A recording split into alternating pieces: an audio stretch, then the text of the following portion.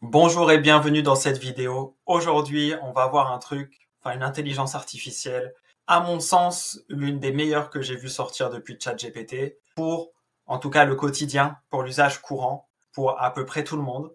Donc, si vous allez sur Internet, si vous faites des recherches, si vous utilisez des tableurs encore plus, notamment des tableurs en ligne, type Google Sheet ou autre, il y a des choses à faire. Si vous utilisez Le Bon Coin, il y a des choses à faire. L'intelligence artificielle, elle s'appelle Adept, en tout cas, c'est le site sur lequel on est et qui présente cette intelligence artificielle-là. Alors, plusieurs choses. C'est un assistant virtuel de haut niveau qui n'est pas encore disponible. Par contre, on peut s'inscrire, on peut mettre son mail en bas du site pour s'inscrire et il nous recontacte dès que c'est sorti, dès qu'il y a des avancées. Alors maintenant que j'ai dit ça, j'ai pas dit grand chose, donc je vais vous montrer un peu. Je vous mettrai le lien du site en description, comme ça vous pourrez aller checker directement. Le site est en anglais, je l'ai traduit avec Google directement, histoire que ce soit plus simple, parce que je sais que la majeure partie de mon audience est francophone, voire la totalité, et que c'est plus simple quand c'est écrit en français, même quand c'est pas traduit exactement comme il faut. Donc, ce qui est intéressant, c'est qu'on va voir qu'on va pouvoir lui demander des choses en écrivant ou alors en parlant. Ça, c'est le premier truc. Mais alors, qu'est-ce qu'on va lui demander? Il y a plusieurs exemples. Et donc, on va voir des exemples jusqu'au bout. Donc la première chose, on peut lui demander, en étant sur un site, donc là c'est un site où on peut trouver des logements, on peut lui demander de nous trouver une location ou une maison à acheter. Donc là, je vais quand même traduire un peu. Donc là, il se rend sur un site immobilier. Et nous, on aurait par exemple Le Bon Coin, mais ça pourrait être aussi seloger.com. Donc là, il demande à l'écrit de lui trouver une maison à Houston qui est compatible avec une famille de 4 personnes dans un budget de 600 000. Donc probablement 600 000 dollars, puisque là c'est un exemple aux États-Unis. Et donc une fois que ça c'est rentré, l'intelligence artificielle va faire la recherche elle-même. Donc nous, en tant qu'utilisateurs, on fait plus rien. Et c'est vraiment l'intelligence artificielle qui fait la recherche, met le bon ordre de prix, le bon créneau. Donc là, il cherche, il met les paramètres qu'il faut en fonction de ce qu'on lui a demandé, et il va nous sortir une maison. Et après, il nous demande si on est content ou pas de ce qu'il nous a sorti. Et on peut mettre à jour, c'est-à-dire régénérer, un peu comme sur ChatGPT, histoire qu'il relance la même recherche. Donc ça, en termes d'automatisation, il y a plein d'applications très simples. Donc pour les entrepreneurs, si vous avez une entreprise où vous faites des répétitions, que vous êtes salarié et que vous avez un travail répétitif ou un travail de recherche, là, on est sur un truc en termes de gain de temps, de gain d'énergie, de confort. On est sur un truc assez exceptionnel. Je sais pas trop comment ça fonctionne exactement, mais je me doute que c'est tout à fait faisable avec les technos qu'on a aujourd'hui. Donc c'est extrêmement intéressant. Alors, on va voir un deuxième exemple. Donc là, il demande d'ajouter. Donc là, on est sur un CRM. Donc on est sur un logiciel qui permet d'agréger les clients qu'on a dans une entreprise et puis de rajouter des informations en fonction de où en est le client, est-ce qu'on a un rendez-vous à planifier ou autre. Et là, il demande d'ajouter un client qui s'appelle Max comme étant un nouveau lead, donc un nouveau client potentiel. Donc il demande juste ça. Et donc il dit que Max, il travaille à Adept probablement. Et donc là, ça va rajouter dans la compagnie, c'est quelqu'un qui vient de la compagnie qui s'appelle Adept, et il le rajoute directement. Ensuite, il lui demande de planifier un appel avec James, donc quelqu'un d'autre, et de noter qu'il pense acheter 100 trucs, 100 widgets, donc 100 produits vendus par la compagnie en question, la compagnie qui gère le CRM.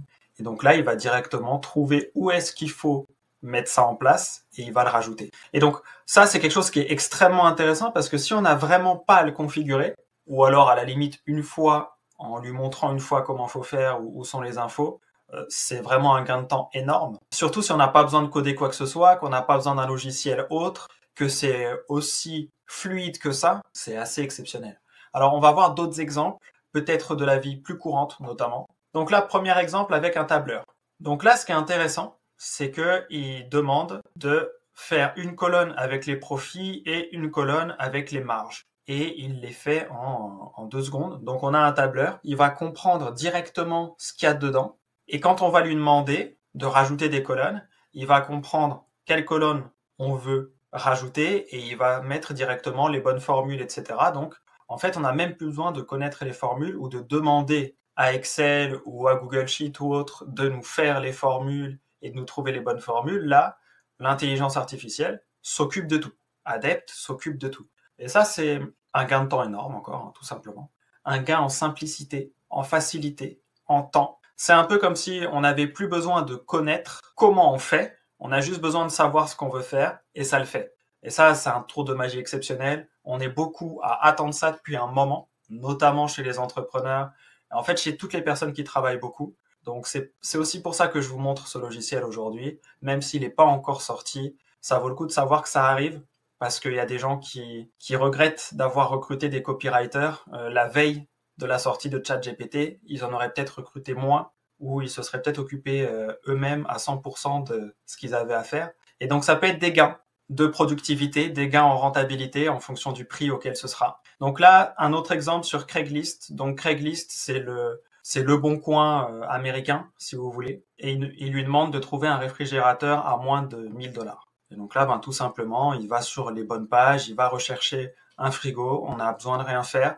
Donc pour tous les gens qui ont une tendinite, parce que ils font des tâches répétitives, ils cherchent plein de trucs, ils sont sur leur ordi H24, pareil. Bah forcément, vous demandez, vous attendez que ça se fasse, plus de tendinite. C'est pas forcément qu'il va chercher plus vite que vous, quoique au moins lui il se fatigue pas, donc il va toujours aller au plus vite tout le temps, même si vous faites 200 recherches, il va être aussi efficace. C'est juste que il y a aussi d'autres choses en plus qui arrivent. En termes de santé, moi je trouve ça top, je trouve ça intéressant, même si c'est un détail, hein.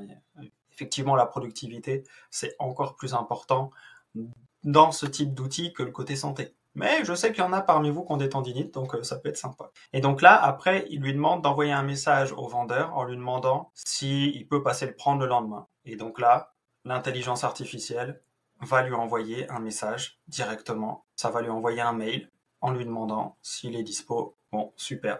Donc ça peut envoyer des mails aussi à votre place. Si vous voulez, c'est un peu comme si dans ChatGPT, c'est comme si vous pouviez demander à ChatGPT d'envoyer un mail directement et ChatGPT se connecterait à votre mail, enverrait le mail qu'il vient de créer en suivant vos instructions et ça se ferait tout seul. Alors qu'aujourd'hui, on demande à ChatGPT d'écrire le mail, on va le copier, le coller dans notre outil de mailing et ensuite on va l'envoyer. Bah, tout ça, ça pourrait être fait en une seule étape. Et donc forcément, c'est un gain de temps et de confort évident. Alors après, pareil, pour des recherches. Donc là, on a l'exemple d'une recherche sur Wikipédia pour connaître l'âge d'un acteur. Et donc là, il va chercher directement l'acteur et il va trouver son âge. Alors là, ce qui est intéressant dans la recherche, c'est qu'on lui a donné le nom d'un personnage dans un film et on lui a demandé l'âge de l'acteur. Il a trouvé le personnage du film, il a trouvé qui était l'acteur et ensuite il est allé sur la page Wikipédia de l'acteur pour trouver son âge. Et tout ça, il l'a fait tout seul. Donc c'est quand même vachement intéressant. Et il répond directement qu'il a 73 ans dans ce cas-là. Donc, il y a d'autres exemples. Je vous laisserai aller checker le site pour ceux que ça intéresse. N'hésitez pas à vous inscrire pour être tenu au courant de quand est-ce que ça sort, etc.